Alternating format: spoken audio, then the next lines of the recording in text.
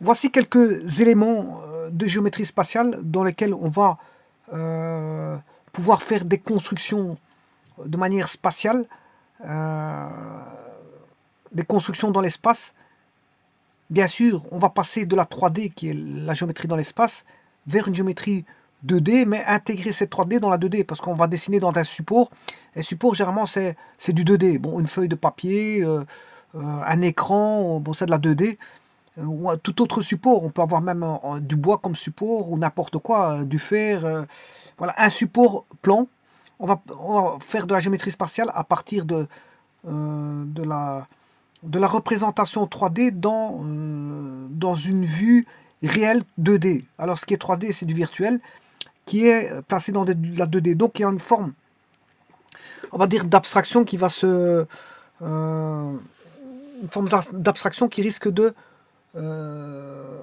devoir euh, se présenter parce qu'en fait, penser 3D et représenter réellement en 2D demande parfois un mécanisme de réflexion euh, qui est propre à l'esprit, c'est-à-dire par décomposition. On va faire des décompositions, des découpages de lieux spatials pour pouvoir construire voilà, une géométrie dans l'espace. Alors on va aller, je veux dire, au fur et à mesure par découpage et on va représenter un point voilà, qui semblerait positionné dans une des faces, par exemple, d'un polyèdre. On se dit, bon, ce point-là est dans une des faces de ce polyèdre, un autre point est dans une autre phase de polyèdre, ben, on peut avoir voilà, l'interprétation alors que les deux points sont sur la feuille. Hein. Voilà, par exemple, ici, je vous prends un tétraèdre. Voilà, si je vous mets un point ici, un point là, dans quelle face est-elle? Dans quelle face sont ces deux points? Bon, c'est impossible de dire. Donc, il faut travailler par décomposition, découpage, et faire une abstraction en disant, bon, où est le point? Alors, le cerveau va mémoriser où est ce point-là. Mais maintenant, quand tu commences à avoir trop de points, ça commence à devenir difficile, bien sûr, ça vous aurez compris. Moins il y a de points, mieux c'est, parce que le cerveau peut savoir à un moment donné, bon, sauf quand il connaît la figure par cœur avec tous les points que vous êtes resté longtemps sur la figure, il a mémorisé où sont exactement, donc il sait voir dans l'esprit où sont les points quelque part, parce que vous êtes resté longtemps sur une figure, à travailler sur une figure, donc il connaît par cœur les points où ils sont. Mais en tout cas, c'est bien faire de l'abstraction parce qu'on va passer de la 3D vers la 2D. Alors, la 3D, qu'est-ce que c'est? Ben, c'est un espace dans lequel on va pouvoir mettre des supports. Et le premier de ce support, enfin, je m'excuse, c'est un espace dans lequel on va pouvoir mettre des objets, pas des supports. Ben, voilà, parce que justement, l'espace est un support justement en soi dans lequel on va placer des objets spatiaux. Alors, ces objets spatiaux, bon, on commence par définir le point. Alors, qu'est-ce que c'est qu'un point? Bon, c'est toute la difficulté. Bon, ici je vais sur Wikipédia, on a la notion de point. La notion de point est une notion qui est un petit peu d'usage, on va dire, dans différents domaines. C'est un usage qui prend cours dans différents domaines. Hein. Ben, on peut voir on peut retrouver en sciences et techniques, en chimie, physique, en thermodynamique, en géographie, en médecine, en astronomie, en économie. Bon, même dans l'art, on peut retrouver, art et technique, on peut retrouver la notion de point en solfège. Qu'est-ce que c'est qu'un point? Bon, tout dépend du domaine où on se trouve. Ici, moi, je me trouve dans la géométrie spatiale. Et dans la géométrie spatiale, le point a une connotation bien définie, mais difficilement, on va dire, définissable. Alors ici, je vous prends la définition qui est ici, mais qui n'est pas, on va dire, très... c'est pas une définition qui est très, on va dire, euh, représentative de ce qu'est vraiment le point. Alors ici, si je prends le point en mathématiques, voilà. Un point est un élément d'une surface ou d'une courbe géométrique. Bon, un élément d'une surface ou d'une courbe géométrique, ça veut rien dire. Hein, je vous le dis tout de suite. Bon, c'est pas avec ça qu'on peut définir ce que c'est qu'un point. Hein. C'est pas parce que vous avez dit ça qu'on peut avoir une représentation réaliste de ce que, de ce que peut être voilà, le signifiant et le signifié d'un point. Bon, c'est assez vague, c'est pas suffisant. C'est une définition qui est insuffisante. Parce que c'est difficile justement à définir ce qu'est un point. Alors certains définiront le point à partir de droite. Mais bon, quand on veut définir un point à partir d'un espace vide, l'espace est vide, on veut définir le point, mais on ne va pas partir de la droite. Vous aurez compris que parce que la droite est déjà définie par le point, par les points. Alors qu'est-ce que c'est qu'une droite? Ben, une droite, elle est définie comme un ensemble de points alignés. Une droite est définie comme un ensemble de points alignés.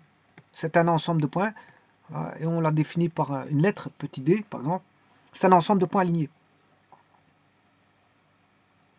Ou tout du moins, on parlera de direction. S'il y a une direction qui est définie, on pourra dire qu'une droite, c'est les points alignés qui suivent une certaine direction.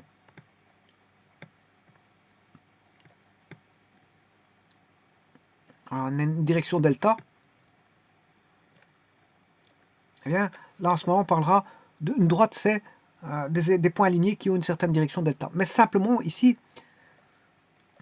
on est en géométrie dans l'espace. Hein. On n'est pas en géométrie analytique dans le spatial. Donc, on ne peut pas parler de vecteurs ici. On ne parle pas de vecteurs parce qu'on est en géométrie spatiale. On parle de vecteurs en géométrie analytique dans l'espace. Là, on peut parler de vecteurs, tout comme on peut parler, par exemple, je dirais, si je veux représenter ou définir comment voir si deux plans sont parallèles en géométrie analytique dans l'espace. Deux plans sont parallèles si et seulement s'ils ont un même vecteur normal. Un même vecteur normal. Mais ça, c'est en géométrie analytique dans l'espace. Dans mon géométrie analytique dans l'espace, il y a le positionnement d'un repère et la possibilité de parler de vecteurs. Donc, ici, moi, je suis en géométrie spatiale pure. Donc, je ne peux pas parler de vecteurs ici. Donc, en géométrie analytique dans l'espace, je dirais que deux plans sont parallèles, alpha et bêta.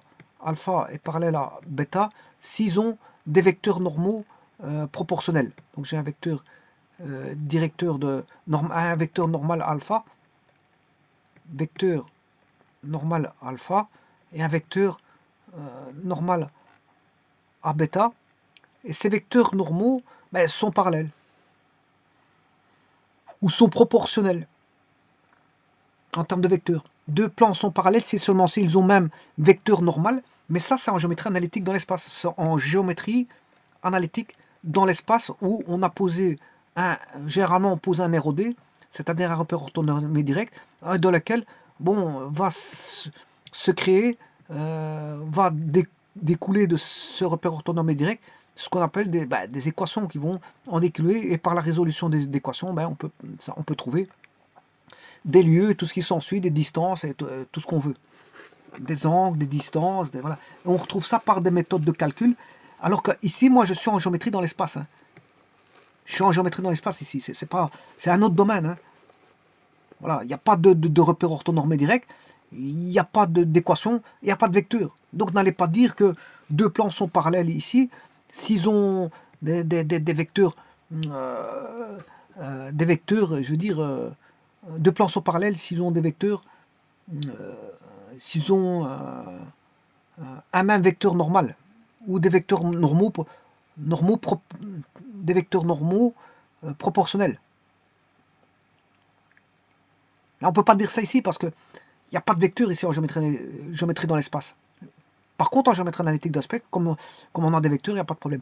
Alors, la même chose, si on est en géométrie analytique dans l'espace, je dirais que deux plans sont perpendiculaires. Je ferai intervenir la notion de vecteur normal. Quand est-ce que deux plans sont perpendiculaires en géométrie analytique dans l'espace? Voilà, un plan alpha, un plan bêta. Voilà, alpha est perpendiculaire ou orthogonal, hein, voilà, il peut être orthogonal. Alpha perpendiculaire à bêta ou orthogonal à bêta. S'ils ont entre eux des vecteurs normaux, si les vecteurs normaux sont orthogonaux entre eux. Par exemple, ici, je prends un vecteur normal ici, à bêta. Mais le vecteur normal, il est là. Alpha. Donc les vecteurs normaux sont perpendiculaires. Mais ça, c'est encore une fois en géométrie analytique de l'espace. Alors que moi, ici, je suis en géométrie dans l'espace. C'est pas la même chose. C'est pas la même chose. D'autant plus que si je dis par exemple, ben, quel est le plan X ou Y, ben là ça veut dire que j'ai posé X ou Y, c'est qu'il y a un repère orthonormé direct qui est posé. Et donc là j'aurai une équation, ben, ce sera z égale 0. Ben, ça, encore une fois, tout ceci c'est de la géométrie analytique dans l'espace, parce que j'ai un ROD, j'ai un axe X ou Y, voilà, voilà, enfin j'ai un plan X ou Y, et fatalement j'ai l'équation d'un plan X ou Y. Donc tout ça, ça fait partie de la géométrie analytique dans l'espace, bon, qu'on ne retrouvera pas en géométrie dans l'espace. Alors je dirais une droite et un plan,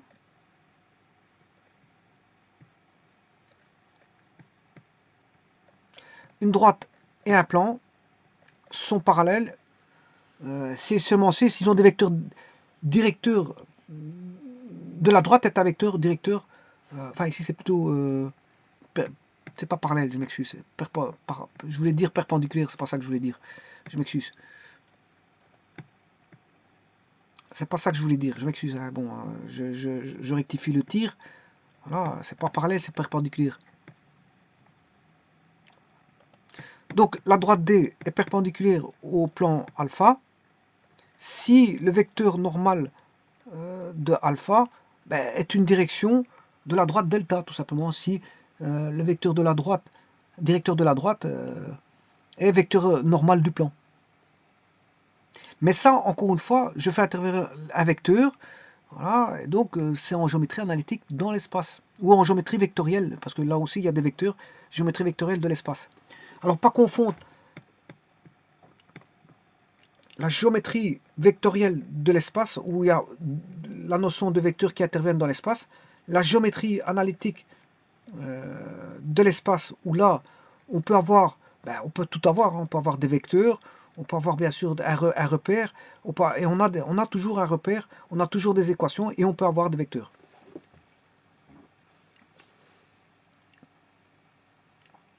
Voilà. Et bon, la géométrie dans l'espace, là, c'est pas le cas, hein. Bon, la géométrie dans l'espace, on n'a ni vecteur, ni repère, ni équation.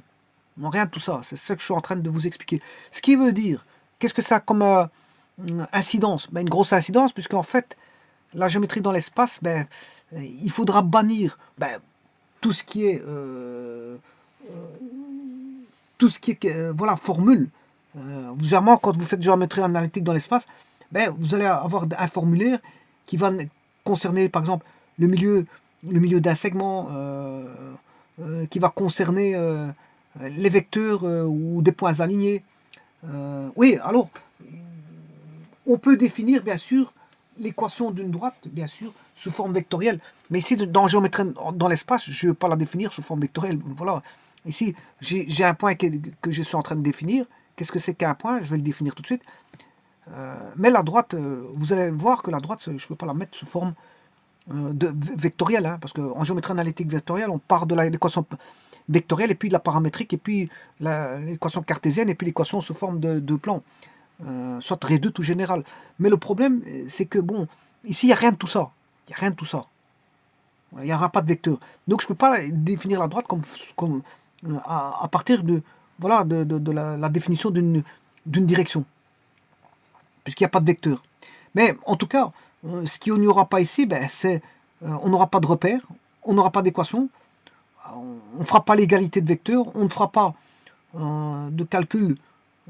Si, il y aura des petits calculs, hein. Bon, si on demande des petits calculs, il faudra faire des calculs simples et pas aller chercher des formulaires tout faits, enfin un formulaire tout fait qui regroupe par exemple tous les calculs de, comment est-ce qu'on appelle ça, de géométrie vectorielle ou de géométrie analytique dans l'espace.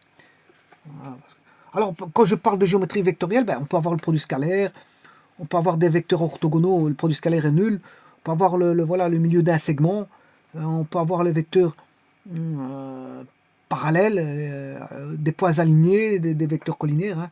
On peut avoir la norme d'un vecteur, bon, la somme de vecteurs, la somme vectorielle, le produit mixte, produit vectoriel, tralali, tralala. On peut avoir tout ça en géométrie vectorielle, de l'espace bien sûr. Et alors qu'en géométrie analytique dans le plan, on aura toute une panoplie de formules reprises généralement dans un formulaire que vous avez établi. Hein, on peut avoir le calcul de 2 ans, angle entre deux plans, angle d'une droite et d'un plan, distance d'un point à un plan, distance d'un point à une droite. Voilà. Par contre, la distance entre deux droites, bon, on aura toujours ça ici. Hein. En géométrie dans l'espace, si on fait des petits calculs, on peut avoir le calcul par la racine carrée. Bon, voilà, là, on pourra avoir toujours un calcul de distance formalisé sans repère. C'est possible, sans repère. Sans repère, on sait calculer une longueur, normalement. Oui, sans repère, on sait calculer une longueur. Hein. On pourra calculer des longueurs sans repère. Puisqu'on aura certaines distances qui seront données. Donc, par la trigonométrie du triangle rectangle ou des triangles quelconques, on pourra trouver, si vous voulez, des longueurs. Alors, je vous disais, j'étais en train de parler, donc on n'aura pas de vecteur, c'est ça que je veux dire. Vous n'aurez pas de formulaire à connaître, parce que c'est normal, il n'y a pas de formule à connaître ici. Mais il y a des propriétés à connaître sur des propriétés sur certains polyèdres. Voilà. Alors, je disais qu'un point peut être défini par plusieurs façons, mais généralement le point est mal défini ici. Un point. Alors les autres, c'est toujours des points. Hein. Alors quand ils parlent en chimie physique, un point de ramollissement Vica, point de ramollissement bi et anneau, point d'éclair, tout ça, on retrouve ça dans des courbes. Hein. Point d'inflammation, point d'auto-inflammation, ça existe dans des courbes. Donc c'est bien des points particuliers d'une courbe. Ça reste des points, on va dire, quelque part, ça reste un point dans un plan. Ça reste la définition mathématique d'un point dans un plan, avec, là, comme c'est d'un point d'inflammation, c'est un point d'une courbe particulière, c'est des courbes voilà, données, et on va chercher le point d'auto-inflammation à un endroit pour certaines matières, il y a beaucoup voilà, il y a beaucoup de substances, et les substances ont chacun leur on va dire, caractéristiques, et le point d'auto-inflammation de certaines substances dire, ne sont pas le point d'auto-inflammation d'autres substances. Donc, voilà, donc le point d'auto-inflammation, ben, c'était un point, on va dire, particulier, et donc c'était bien un point du plan. Puisque c'est une courbe, on a une courbe, et sur cette courbe, on va chercher le point d'auto-inflammation de cette courbe. Donc c'est bien, ça reste un point. Ça reste un point. Mais un point particulier remis à la sauce. Voilà, dans ce cas-ci, c'est le point d'auto-inflammation, qui reste un point d'une courbe. Point de fusion aussi, c'est le point d'une courbe. Point d'ébullition, c'est le point d'une courbe. Point critique, ça reste un point. C'est tous des points de courbe. Hein. Donc voilà, c'est pour ça qu'ils disent point. Point de rosée, ça reste une courbe. Donc, enfin, ça reste un point. Point de fusion, ça reste un point. Point de d'ébullition, ça reste un point. Point de critique, ça reste un point. C'est chaque fois des points de courbe. Vous avez des courbes, voilà, des courbes existantes, et vous allez chercher un point particulier dans ces courbes existantes. Donc ça reste un point. Donc mathématiquement, bon, on peut définir le point mathématique, et à partir de là, bon, attribuer à différents domaines la notion de point, mais des points avec des définitions particulières, parce que c'est un point ce sont des points caractéristiques d'une courbe. Voilà. Alors qu'est-ce que c'est qu'un point? C'est un élément d'une surface ou d'une courbe géométrique. Je dis, je n'accepte pas cette définition parce qu'elle n'est pas suffisante pour comprendre ce que c'est qu'un point. Alors, qu'est-ce que c'est qu'un point? C'est difficile de définir un point. Pourquoi? Parce que on peut définir un point à partir de l'intersection de deux droites. Mais le problème, c'est que généralement, on part du point pour définir. La première chose qu'on fait, c'est définir le point. Une unité de base, voilà, une unité élémentaire qui est le point. À partir du point, on peut tout définir. Mais une fois que le point est défini, on peut définir tous les autres objets de l'espace. Alors, quand on veut définir les choses dans l'espace, on part d'un espace vide, voilà, et on définit le point. Mais le problème, c'est que je n'ai pas encore défini la droite. Et si je devais définir la droite, c'est un ensemble de points alignés. Alors, bien sûr, n'allez pas chercher l'équation vectorielle, hein, parce que bon, je vous dis que ici, ça n'a rien à voir. Hein. Ici, vous ne pouvez pas mettre des vecteurs en géométrie dans l'espace. Hein. Vous ne pouvez pas définir une droite comme AX égale K fois U. Hein. Vous ne pouvez pas faire ça. Parce que ça nécessite la notion vectorielle, mais alors à ce moment-là, vous êtes en géométrie vectorielle dans l'espace. Vous êtes en géométrie vectorielle de l'espace et non pas en géométrie analytique. Non pas en géométrie spatiale, je m'excuse. Parce qu'ici, c'est la géométrie spatiale pure. Donc, vous ne pouvez pas, à partir d'une direction, voilà, et d'un repère et d'un vecteur orthonormé de base, définir, voilà, tout point, parce qu'il n'y a pas de repère. On ne peut pas définir tout point à partir, voilà, d'un vecteur. Il n'y a pas de point de repère, il n'y a pas de, voilà, et comme il n'y a pas de vecteur, parce qu'on est en géométrie dans l'espace, bon, c'est difficile de définir la droite. Alors, comme il est déjà difficile de définir le point, ben, je ne peux pas le définir à partir de deux droites. Je n'ai pas encore défini les droites, et qui elles-mêmes se définissent à partir de points. Donc, ce qui veut dire qu'on tourne en rond. Je veux définir un point par l'intersection de deux droites.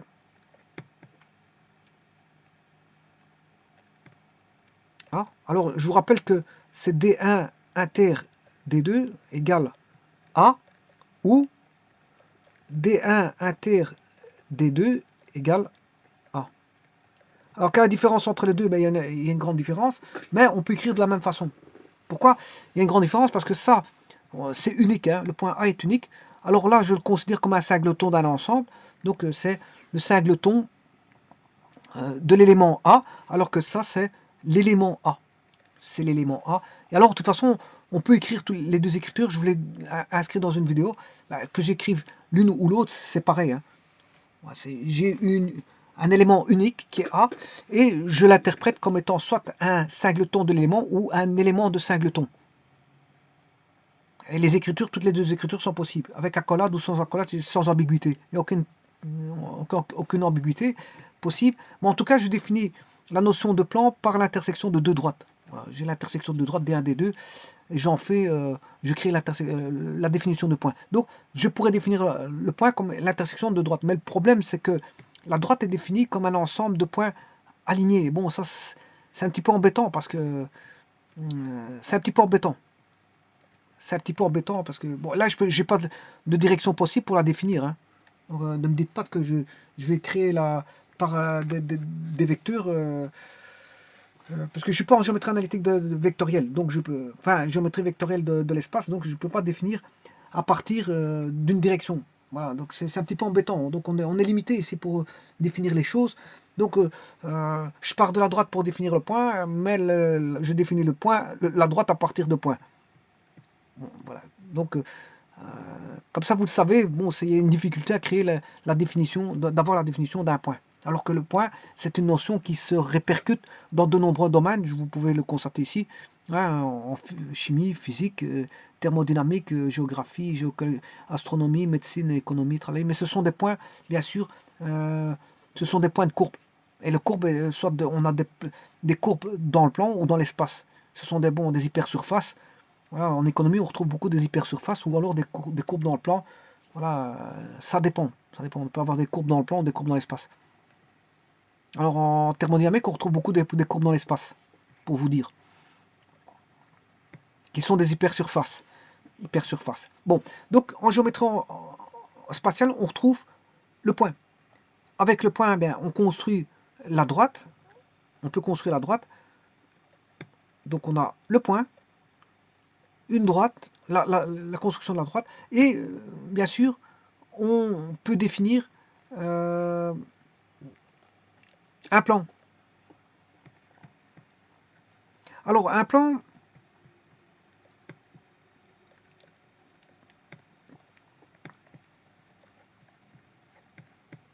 si je prends deux points, on peut définir une droite par deux points.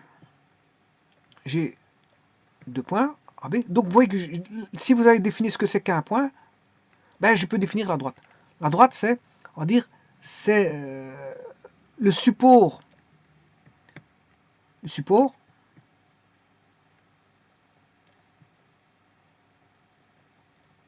C'est le support de la plus courte distance entre deux points.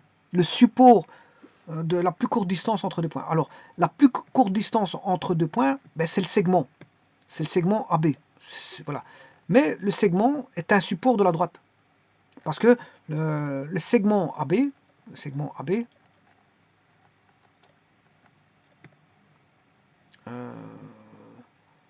Le segment AB, c'est un ensemble de points ici. Hein.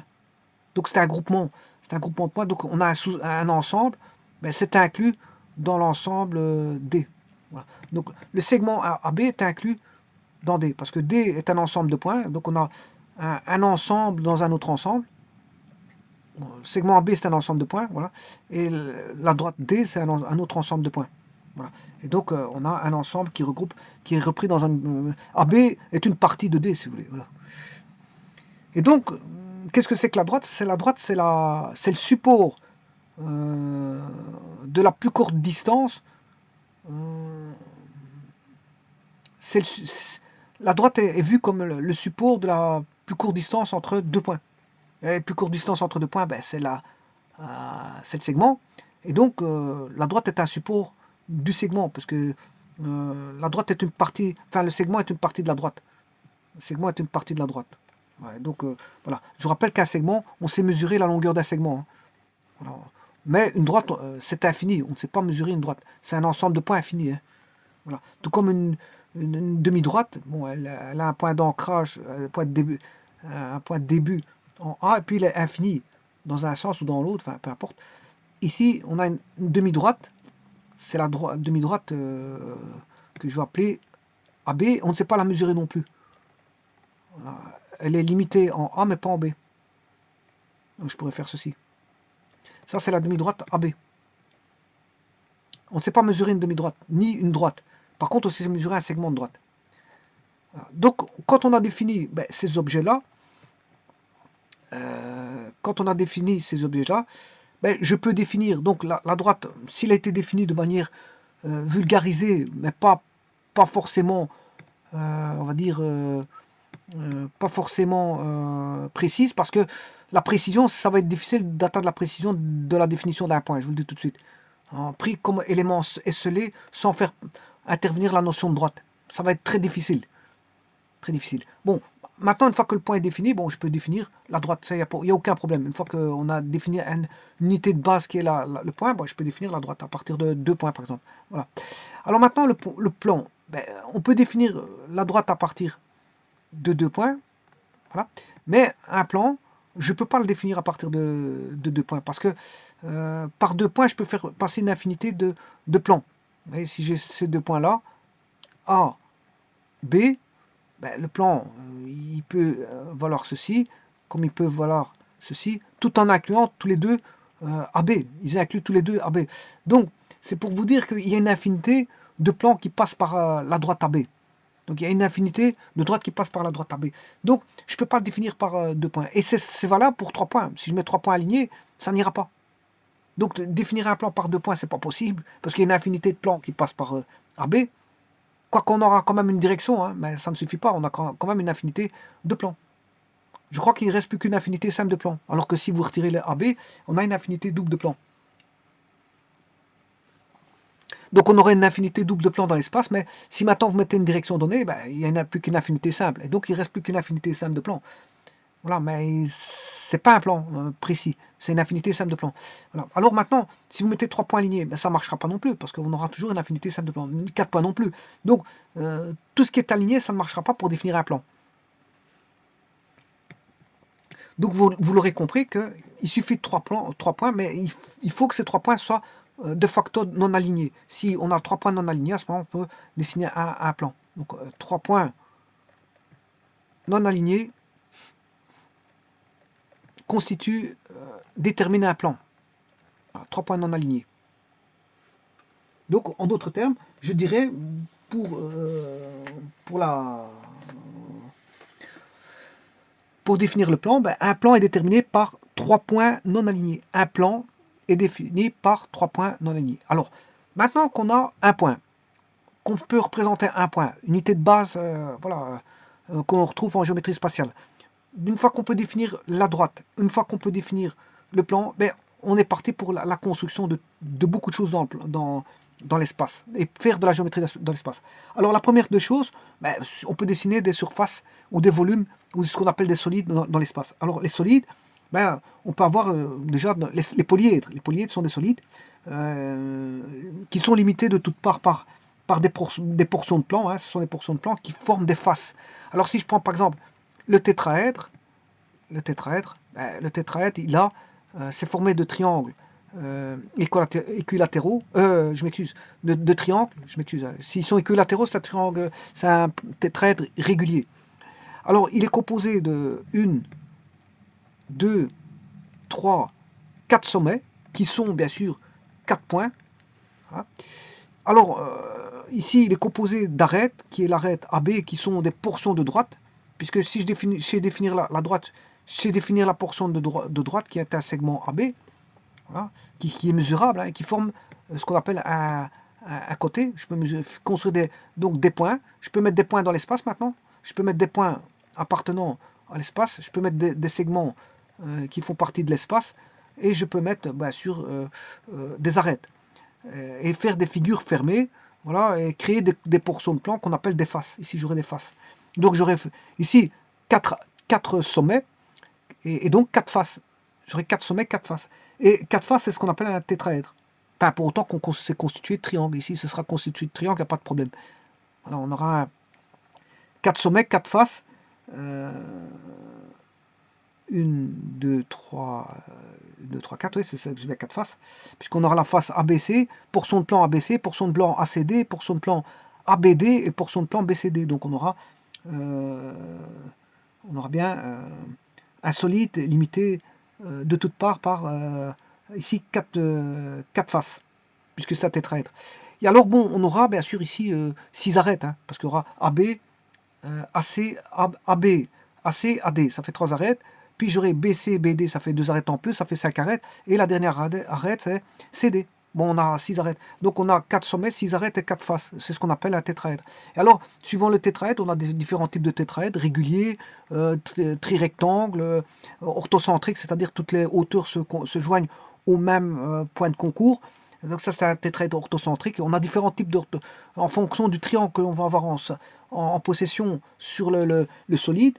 En position, je m'excuse, suivant qu'on va avoir des triangles bien définis sur le solide, par exemple si je parle des triangles isocèles, triangles équilatéraux, équilatéraux ça forme comment on appelle ça, un tétraèdre régulier, eh bien s'il est constitué de 4 faces, 4 sommets et 6, donc tous des triangles, ben, on peut avoir des triangles isocèles, équilatéraux, triangles rectangles, et ça donne chaque fois des tétraèdres particuliers, et ils ont leurs propriétés qui ne sont pas forcément communes. Hein. On peut avoir des propriétés communes, comme on peut avoir à tous les tétraèdres, comme on peut avoir des propriétés qui sont propres à certains tétraèdres bien précis. Alors si je prends, donc le tétraèdre est un polyèdre, il est formé de plusieurs faces, c'est un solide limité de toutes parts par des portions de plan. Et alors on peut avoir un hexaèdre, 6 faces, un octaèdre 8 faces, un dodécaèdre 12 faces, un icosaèdre 20 faces. On peut avoir des prismes, des pyramides, voilà, etc. etc. Et on peut avoir formé tout ce qu'on appelle des polyèdres. Bon, la géométrie dans l'espace n'étudie pas que les polyèdres. Hein. On peut avoir des surfaces de des volumes de révolution, des solides de révolution. On peut avoir toutes sortes de surfaces, de volumes, de solides. Dans l'espace, il n'y a aucun souci là-dessus.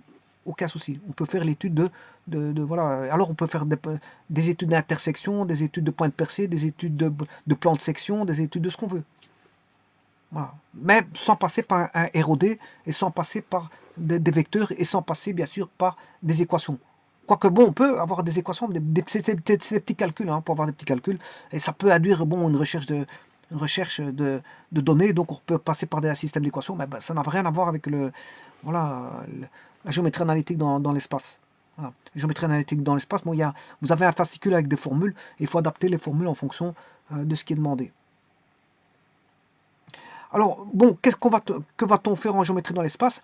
Ben, on va construire des formes, des figures, comme je vous ai dit, bon, avec une certaine forme d'abstraction, rechercher des points percés avec une certaine forme d'abstraction. Pourquoi?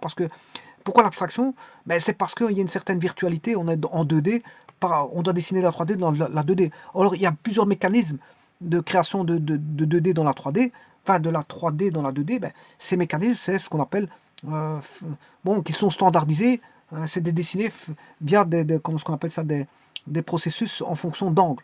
d'angle donné, 45 degrés par exemple, dessiner tout à 45 degrés, pour donner une certaine forme au solide ou au volume, ou au volume, une certaine, voilà, profondeur. Bon, il y a ce qu'on appelle, voilà, l'isométrie, le dessin par projection isométrique. On a les projections, il y a tout plein de formes de projection qui permettent d'avoir une certaine vue 3D. Alors tout dépend aussi, va de dépendre des angles. Il y a des angles standardisés pour dessiner une certaine profondeur.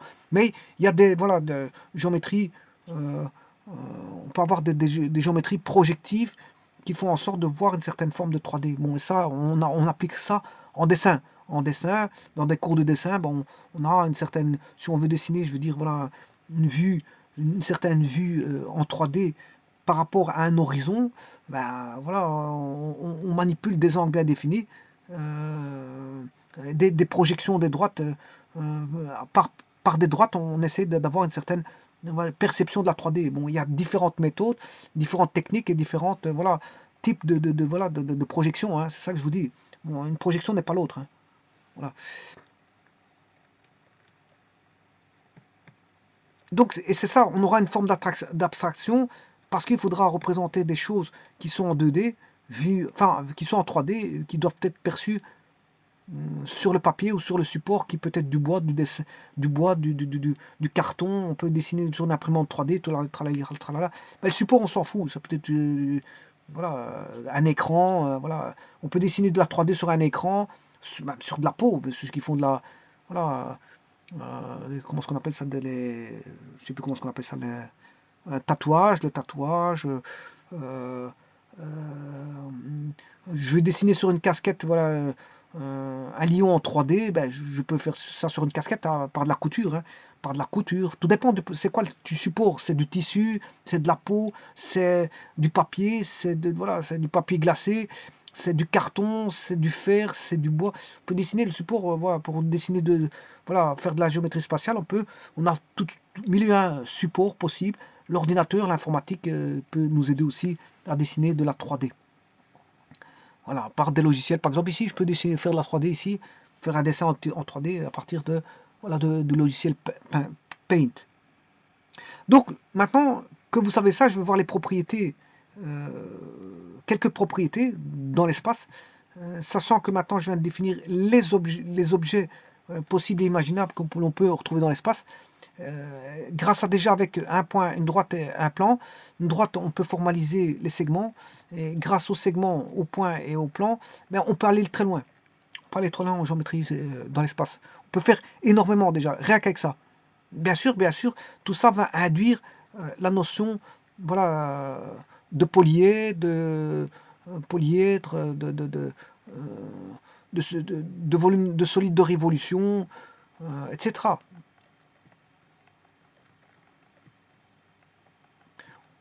Grâce à ça, bon, on peut commencer à faire beaucoup de choses. C'est ça que je veux dire. Bon, ben, on va voir la première propriété qui est intéressante au niveau de l'espace. Là, ici, on a AB appartenant à pi, D passe par A, D passe par B. Bon, on a A appartenant, ça va, voilà. Qu'est-ce que c'est que ça? Ça veut dire que si on a deux points AB qui appartiennent à un plan, qui est pi, alors la droite déterminée, oui, bon, ici, je vais essayer de faire quelque chose. Je vais essayer de le dessiner, hein. Bon, il faut que je l'extrais d'ici. Je vais l'extraire tout seul. Voilà. Je vais l'appeler propriété numéro 1.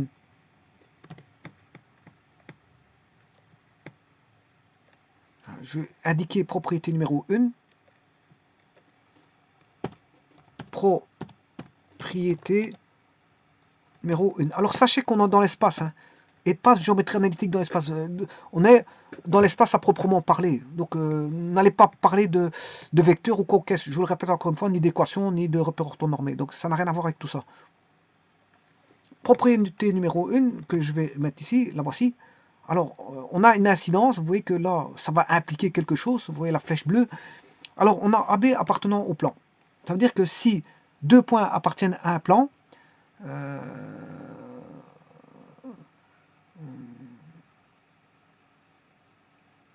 Bon, on va déjà mettre ceci.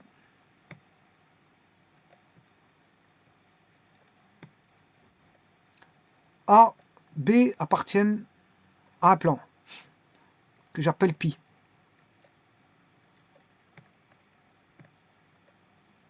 Alors, une droite passe par A. Voilà, ça, c'est le point A ici. Hein. Une droite passe par A. Une droite passe par B. C'est toujours la même droite, puisque c'est D. Voilà, il passe par B.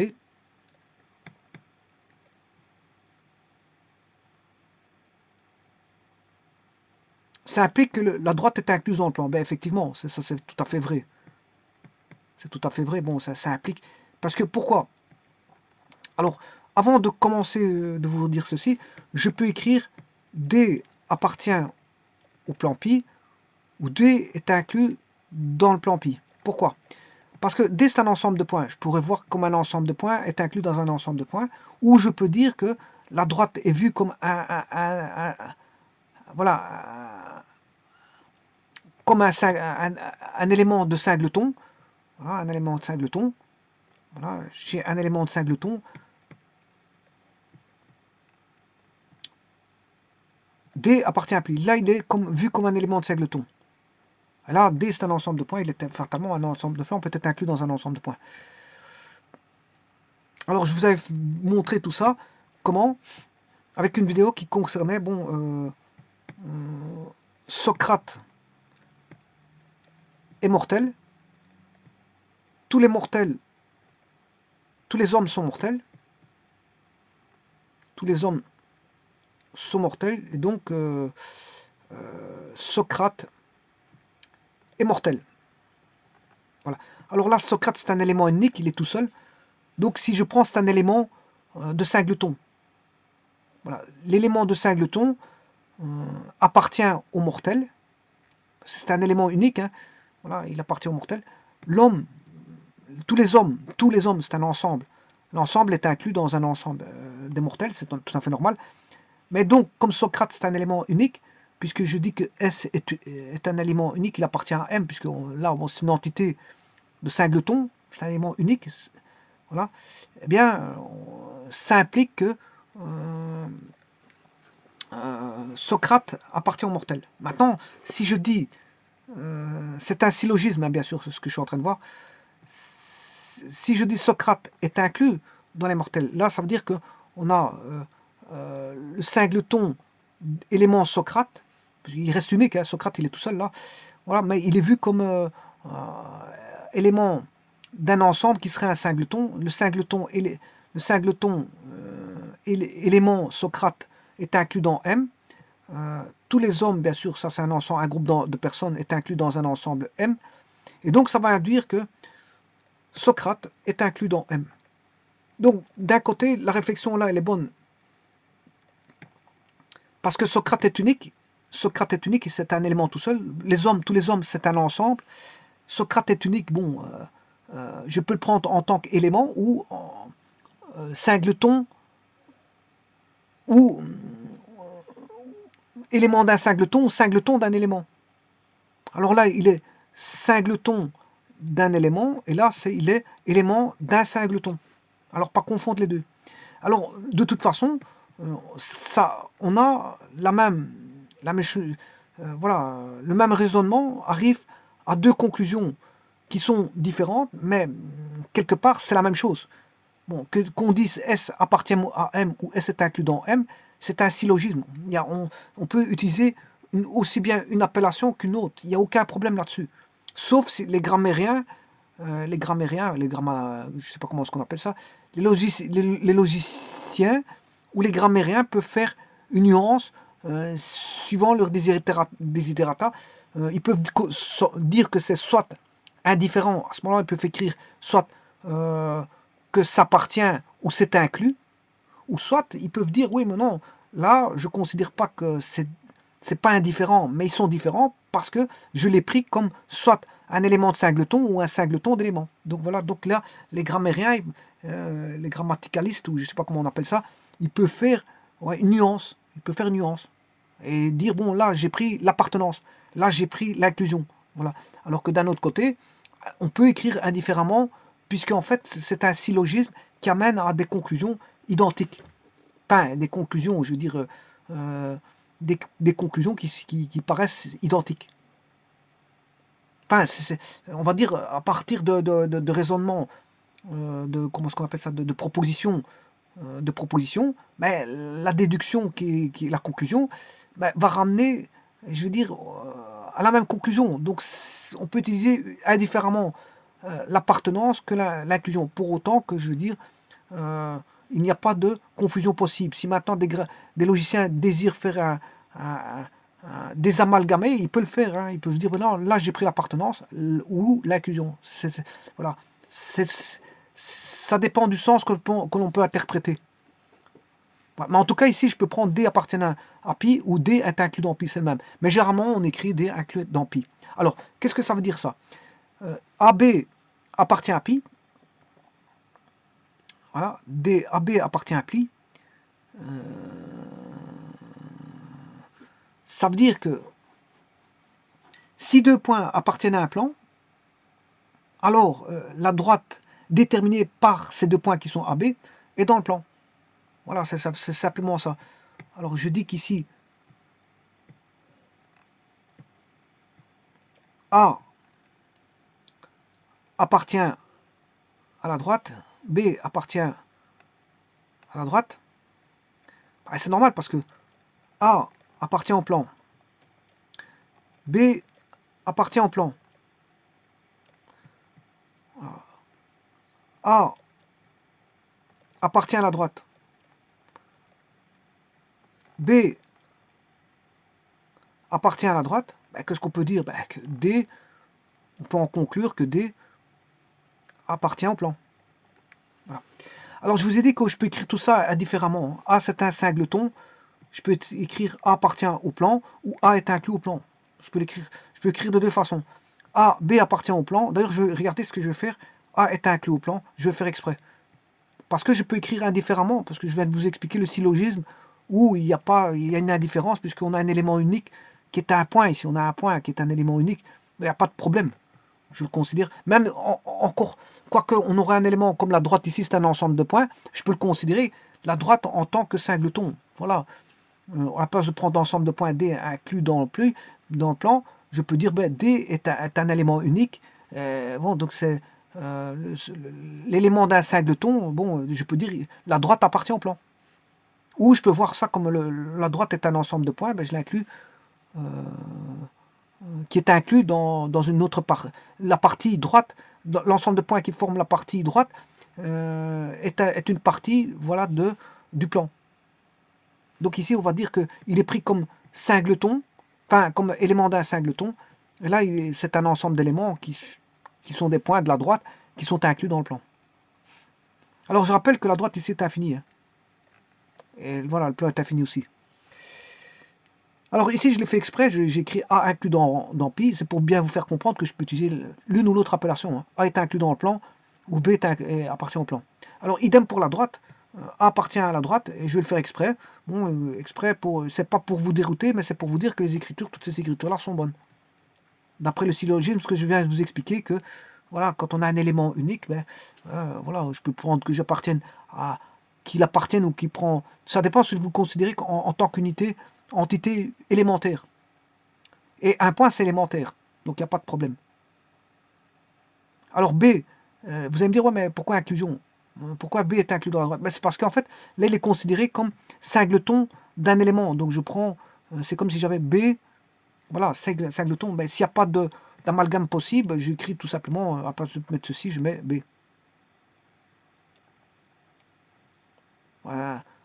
B, si vous voulez, est une partie qui contient qu'un élément. C'est ça que ça veut dire. Hein. Bon, est inclus dans D. Et tout ça, ça ramène que, bon, D est inclus dans pi. Donc, en d'autres termes, c'est la propriété numéro 1 qui dit que,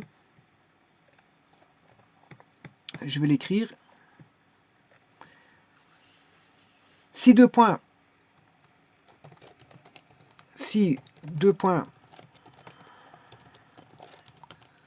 appartiennent à, on va dire, un même plan, alors, on va dire, vous savez, c'est l'implication, hein. Alors, j'aurais pu mettre donc. Alors, c'est une conséquence, hein, ça va impliquer, la conséquence c'est que, alors, ou donc, la droite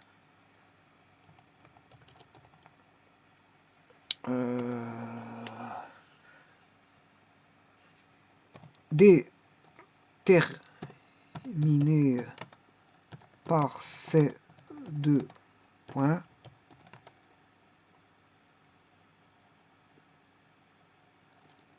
est dans le plan.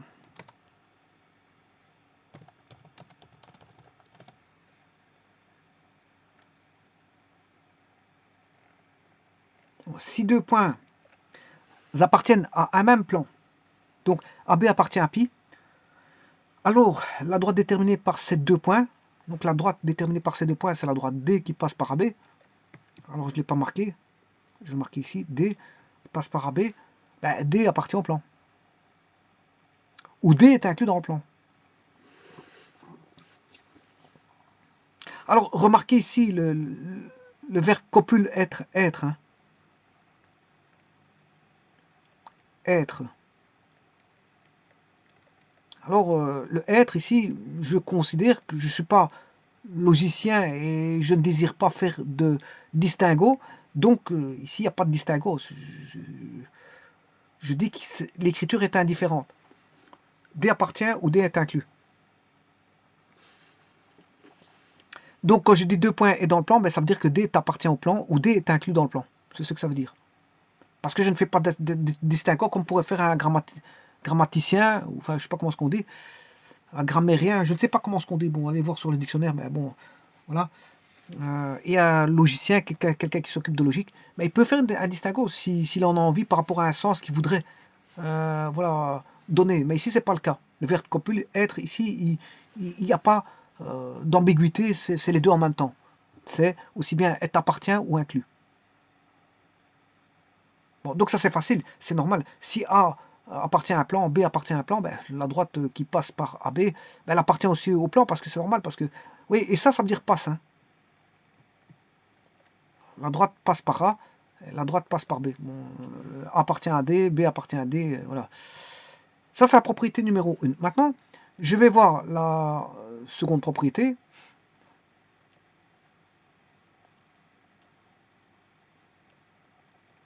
La voici.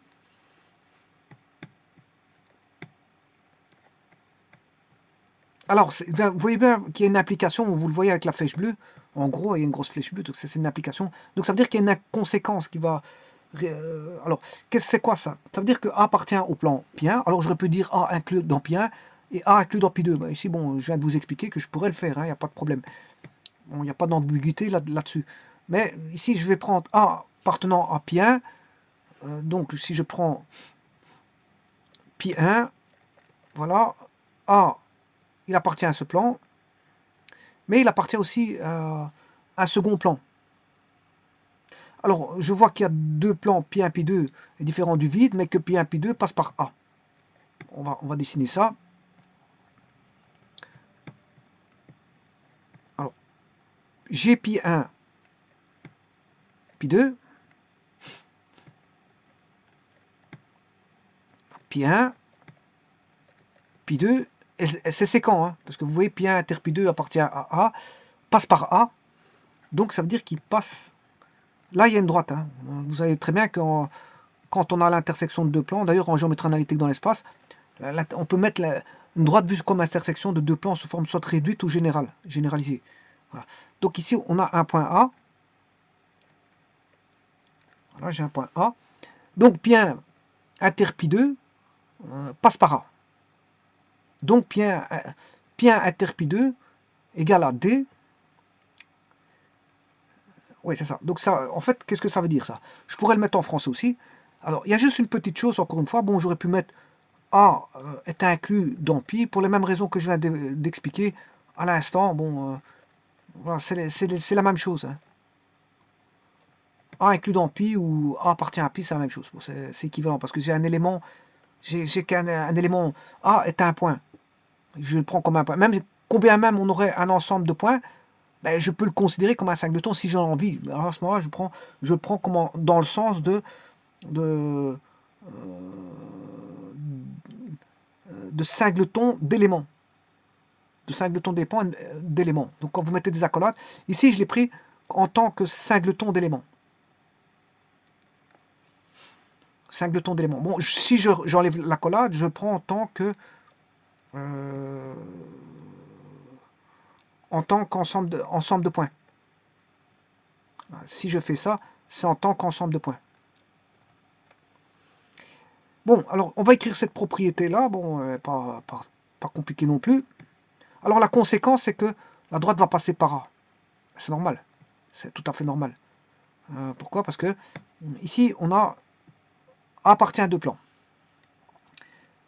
Alors je dirais si deux plans, puisque il s'agit de deux plans de pi1, pi2, si deux plans ont un point commun, donc pi1, pi2 sont communs, il est différent de l'ensemble vide et il passe par A. Bon, voilà. Pi1, pi2, donc si deux plans ont un point commun, qui est A ici dans ce cas-ci, puis j'ai pris A, et je vais aller directement à la déduction. Alors si deux plans ont un point commun, alors la droite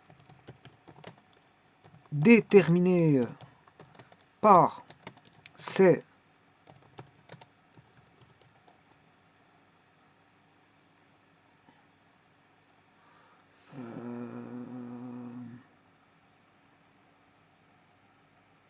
non, c'est pas bon. Si deux plans ont un point commun, alors je dirais l'intersection de ces deux plans, qui est la droite.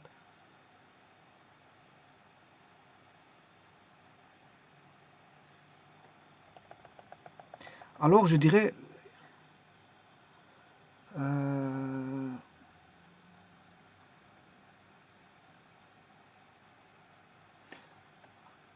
alors ils partagent, on va dire ils partagent.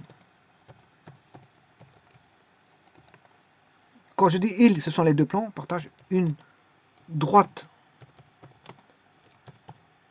commune, il n'y a qu'une seule droite qui est D, passant par ce point. Par ce point qui est ce point commun. Par ce point. Si deux plans ont un point commun, oui c'est ça, par ce point, il passe par ce point. Ça je peux dire ça, il n'y a pas de problème. Voilà. Donc si deux plans qui sont pi1, pi2 ici, vous avez remarqué, ont un point commun qui est A, voilà, A appartient aussi bien à pi1 que pi2, alors, par conséquent, ils partagent une droite commune qui va passer par le point A, qui passe passant par ce point. Et ça, c'est la propriété numéro 2.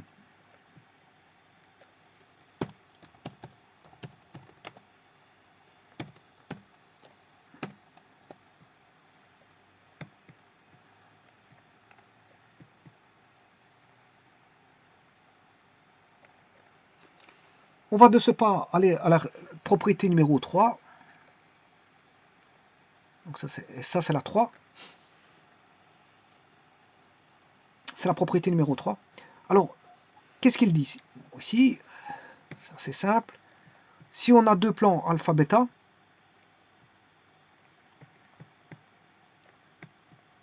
alors encore une fois, je peux retirer... Là, il est pris comme singleton. Singleton d'un élément, voilà, c'est un ensemble avec le singleton, voilà. Bon, j'aurais pu retirer les accolades, encore une fois, vous aurez compris. Voilà. Alors, D1 est inclus dans alpha, D2 est inclus dans bêta.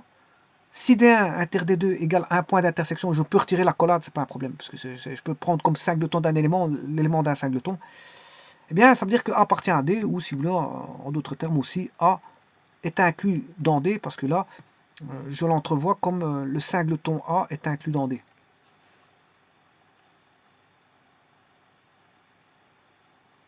Voilà. Alors, qu'est-ce qu'on pourrait dire comme cette propriété numéro 3? C'est la propriété numéro 3. Le dessin, il est déjà fait à droite. Hein. Bon, vous aurez compris. Bon, D1 appartient à alpha, ou D1 est inclus alpha, D2 est inclus dans bêta. Bon, on a deux droites dans chacun des plans.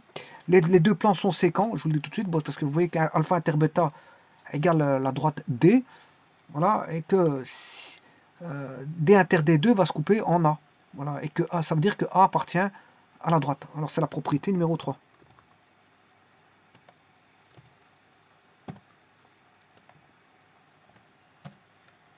Alors je pourrais écrire. Alors alpha inter bêta, on a deux plans séquents, c'est ce que ça veut dire. Hein. Soit deux plans séquents. Bon, ici c'est alpha bêta, hein, soit deux plans. On a deux plans, soit deux plans séquents. C'est alpha et bêta. Et comme ils sont séquents, alpha inter bêta, ben, ça va donner la droite D. D, alors on a une droite du premier plan donné et une autre droite du second plan donné.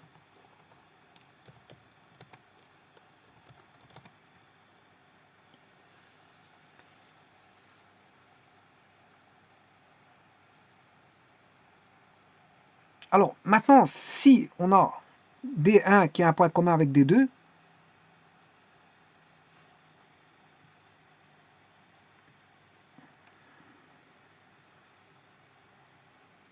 je n'ai plus de place pour écrire. Hein.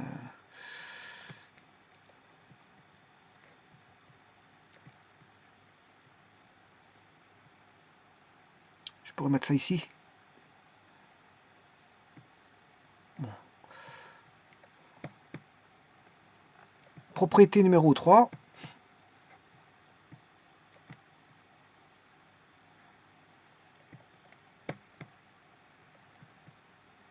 Alors si D1 a une intersection avec... si l'intersection de D1 et D2 donne un point, si D, une droite du premier plan et une autre droite du second plan, si c'est deux droites ont un point commun, alors ce point est dans la droite, ou ce point appartient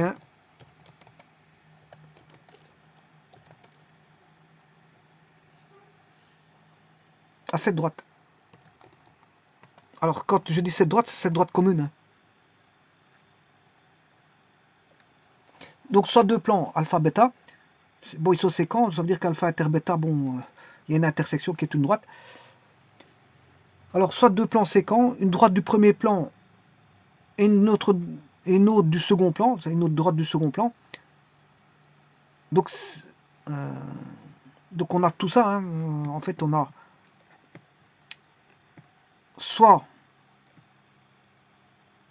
je mettrai deux plans séquents,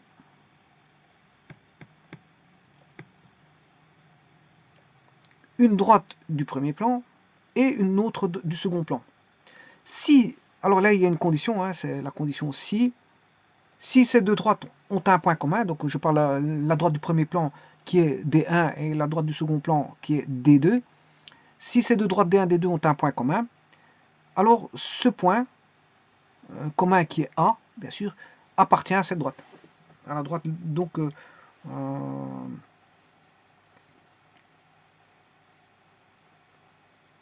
qui est, bien sûr, bon, et quand je dis cette droite, c'est vrai que je ne l'ai pas défini ici, parce que c'est l'intersection des deux plans séquents. Ce point appartient à la droite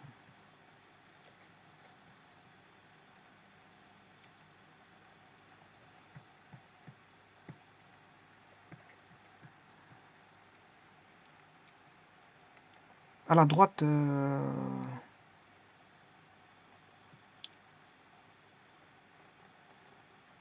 intersecté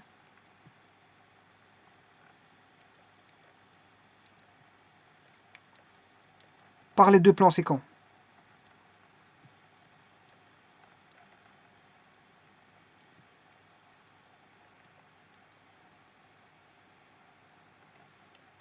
Voilà, ça c'est bon.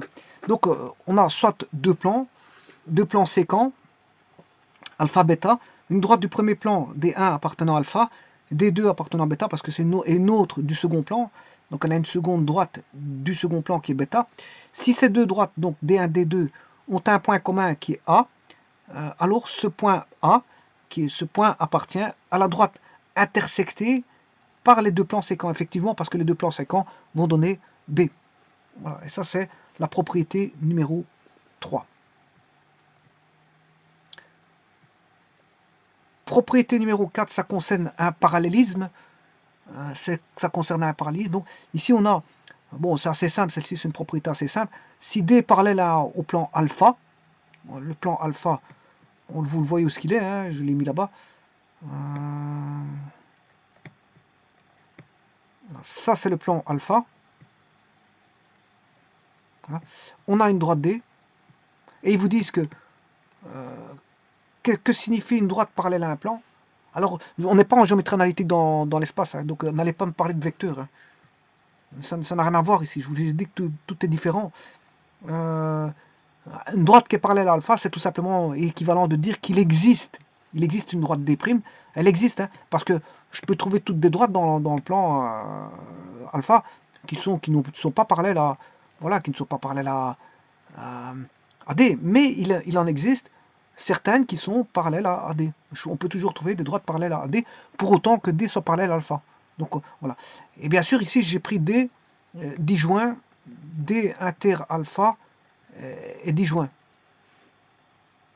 Donc c'est parallèle distinct, ils sont parallèles distincts. Alors à ce moment, je peux dire qu'il existe des primes appartenant ou inclus, maintenant vous aurez compris, des primes inclus dans alpha.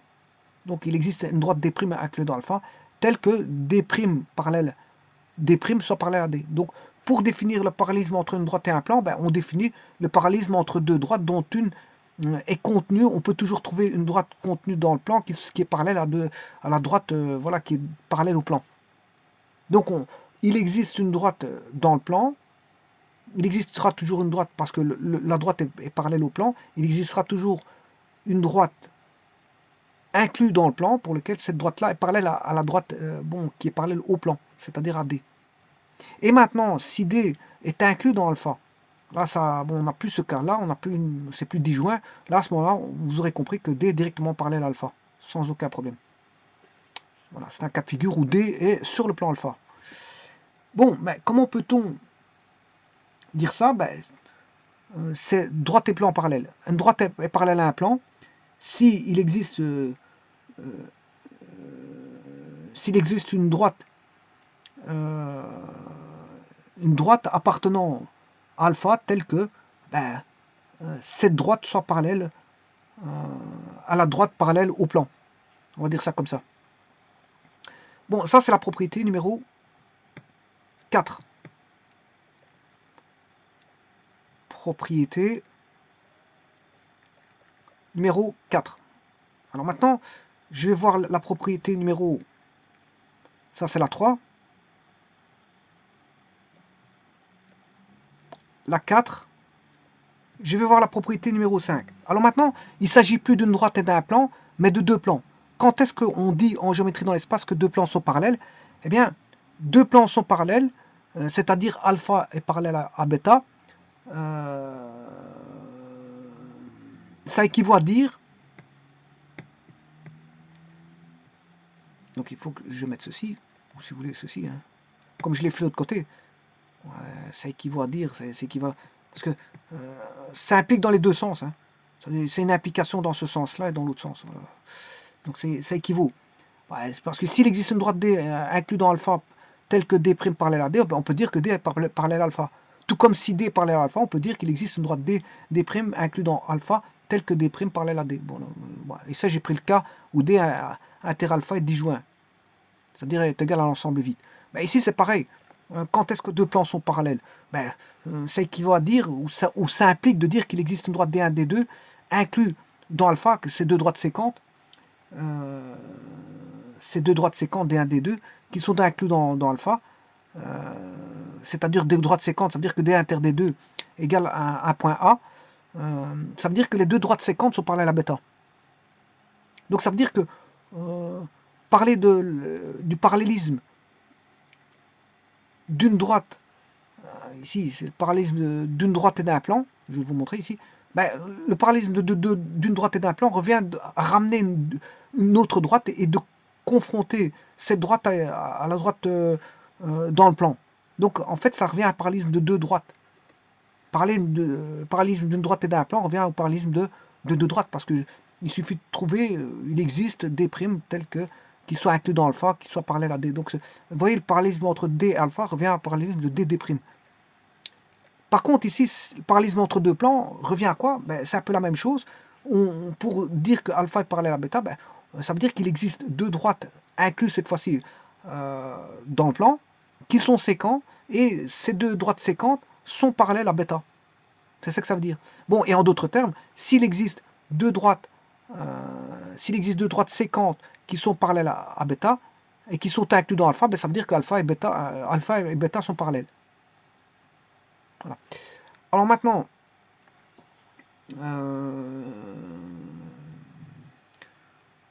propriété, ça c'est la propriété numéro 4.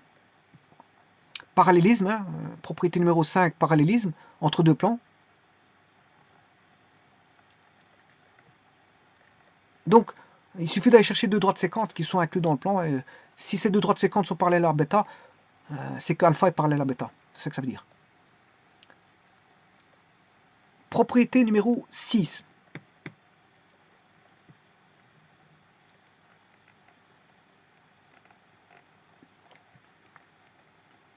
Alors, la propriété numéro 6, ben, on a deux plans qui sont parallèles. Ça, c'est une donnée. Hein.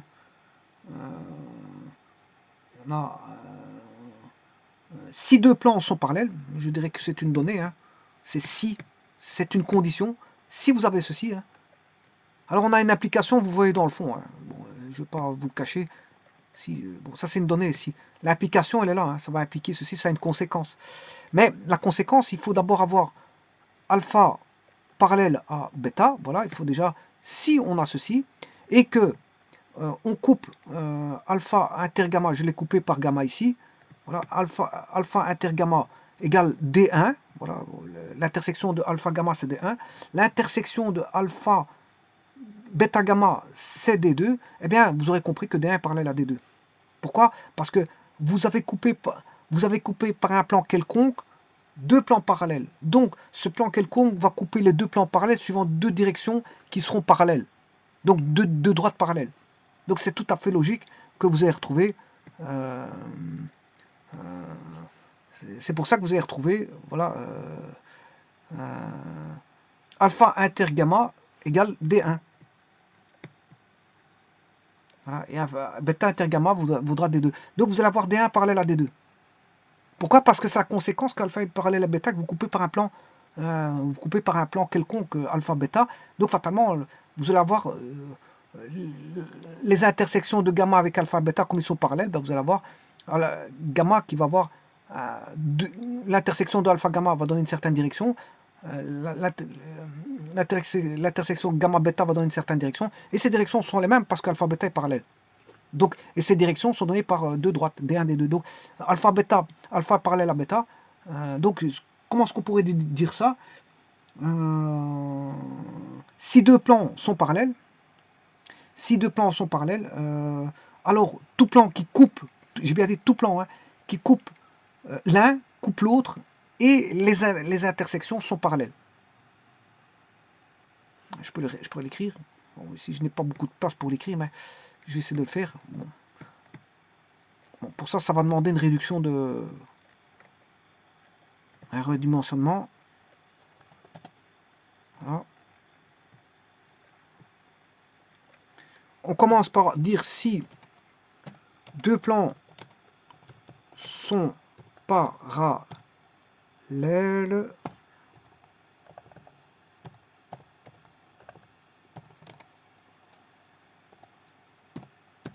tout plan qui coupe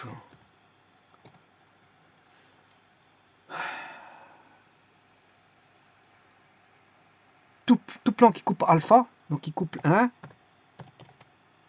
coupe l'autre suivant, donc coupe l'un, il coupe l'autre. Quand il coupe l'un, d'office, il doit couper l'autre.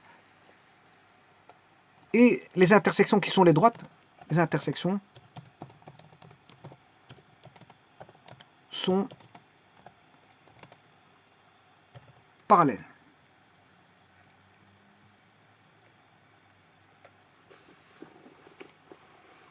Eh ben, tout plan, je l'ai mal écrit. Hein.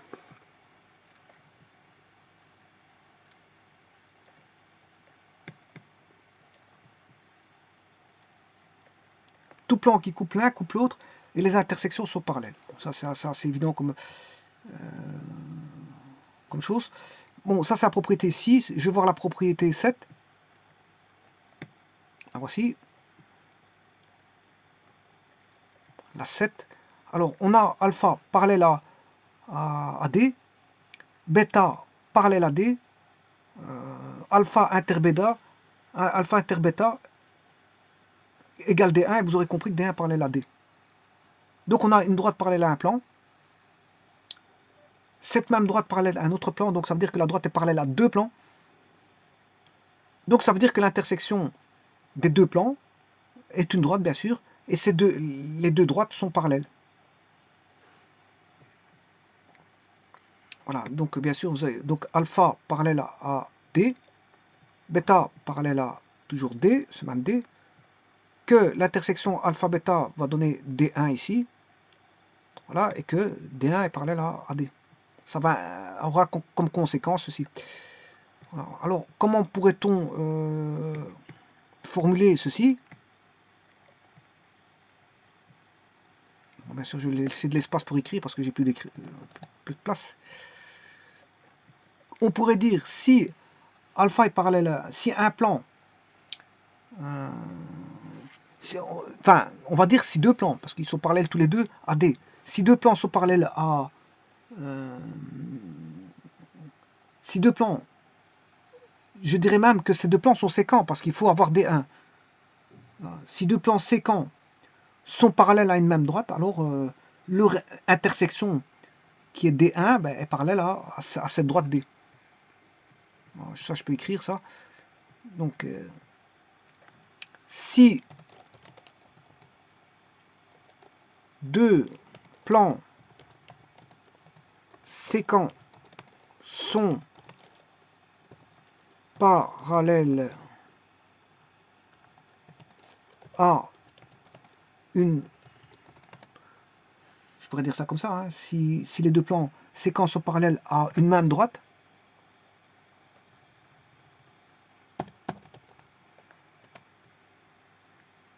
et là, ça va donner l'implication directement, la conséquence. Alors, ou donc,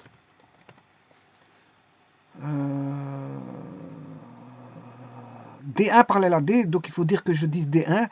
D1, c'est l'intersection des plans. Leur intersection, c'est l'intersection des deux plans.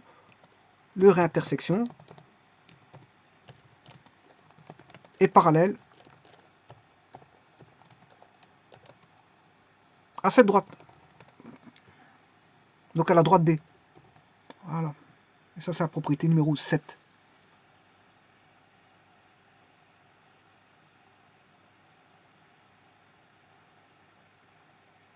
Alors maintenant, on va revenir à la propriété numéro... Cette propriété ici. Ça, je ne sais pas si je l'ai fait. Si on coupe deux plans séquents par un plan...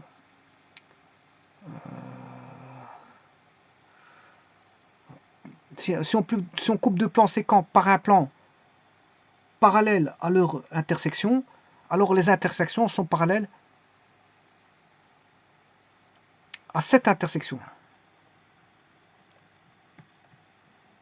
À cette intersection. Alors comment voir la chose? Bon, ça c'est un peu plus délicat de voir. On va aller voir sur GeoGebra, ça. Bon, cette intersection. Donc, si on coupe deux plans séquents par un plan, deux plans séquences alpha inter bêta, bon, il va se couper en, voilà, il donne des, par un plan séquent, par un plan parallèle à leur, ouais, si on coupe deux plans séquents par un plan parallèle à leur intersection, parallèle à leurs intersections, alors les intersections sont parallèles à l'intersection. Donc, les intersections sont parallèles à cette intersection.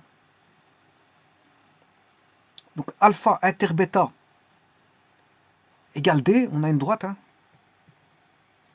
Ça, c'est l'intersection. Si on coupe deux plans séquents parallèles à un plan, alors bien sûr, si on coupe deux plans séquents, les deux plans sont séquents et donnent D. C'est alpha inter bêta donne D.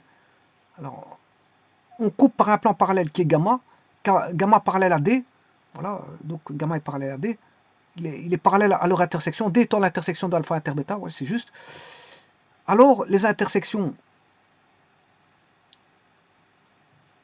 par rapport à gamma, gamma inter alpha et gamma inter bêta, ben, sont parallèles à cette intersection. Donc, cette intersection, c'est D. C'est l'intersection d'alpha inter bêta, c'est D. Donc, on aura D1 parallèle à D, D2 parallèle à D. Bon, ça, c'est moins évident à voir parce que c'est surtout faire un dessin qui est un peu plus compliqué.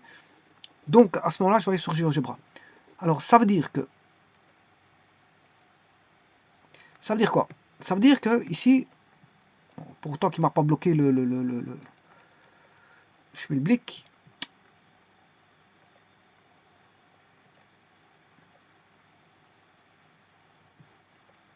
On va essayer de...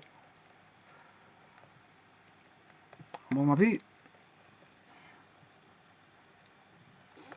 il a bloqué là. Il est resté trop longtemps.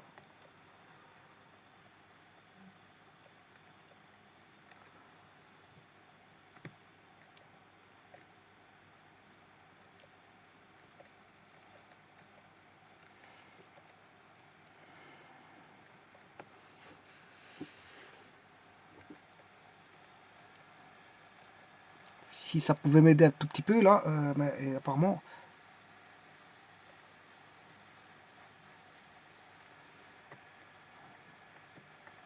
Il a resté trop longtemps, je veux dire, bon, GeoGebra commence à me provoquer des petits ennuis.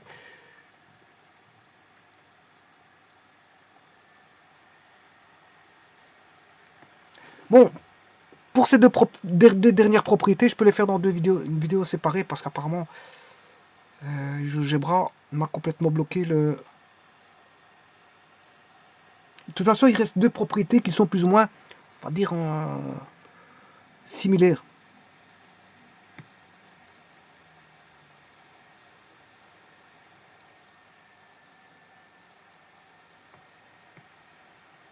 Non, en fait, il ne bouge plus.